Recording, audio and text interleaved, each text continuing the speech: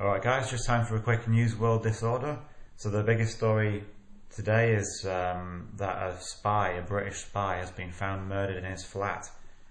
This guy was apparently working for MI6, having previously been working at GCHQ, which is the listening station in the UK, where they spy on everyone around the globe.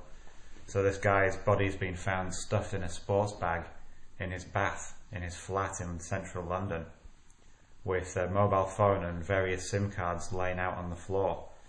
No more details at the moment, but goes to show you spying's a dangerous business, and I don't think it would be too extreme to speculate that his murderers are as likely to be from someone on his own side as they are from the people he was spying on. It's a dirty business, spying.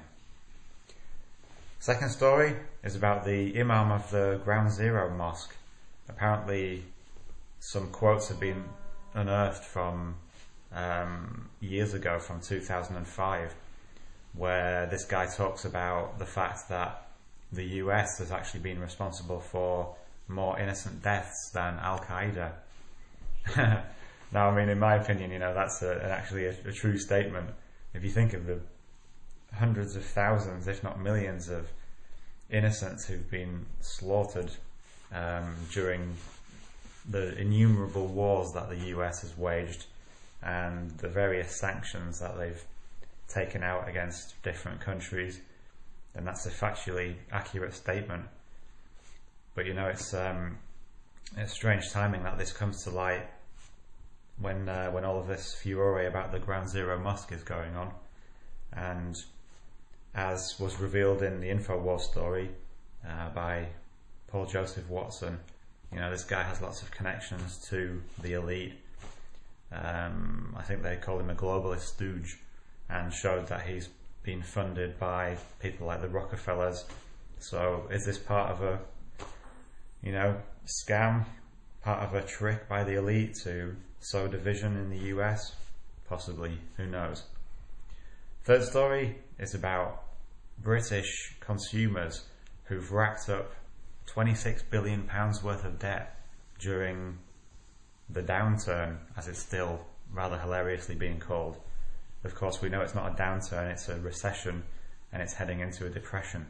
And these sheep-like consumers have just gone and racked up even more credit card debt during this time. I mean, how stupid can you get, really? When we're facing a depression, the last thing you should be doing is taking out more debt.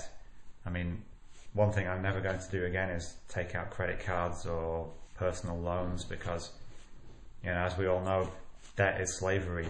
Money is slavery, but debt is an even worse form of slavery. And taking out credit cards in a time like this is just crazy.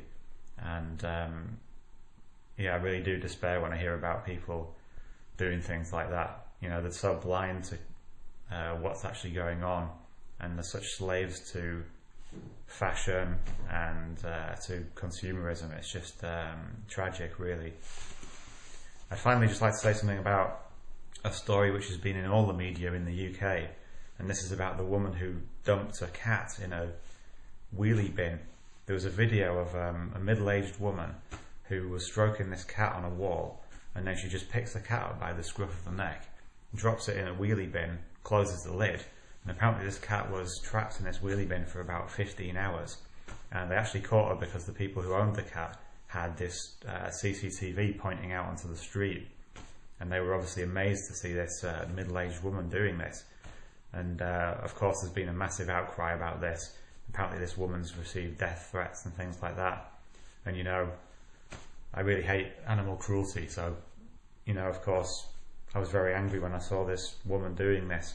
But also what I was thinking at the same time was how many of these people who've reacted in such an extreme way, to threaten this woman and to say how disgusting it is, how many of these people engage daily in what is effectively the torture and the murder of animals, which is the meat industry.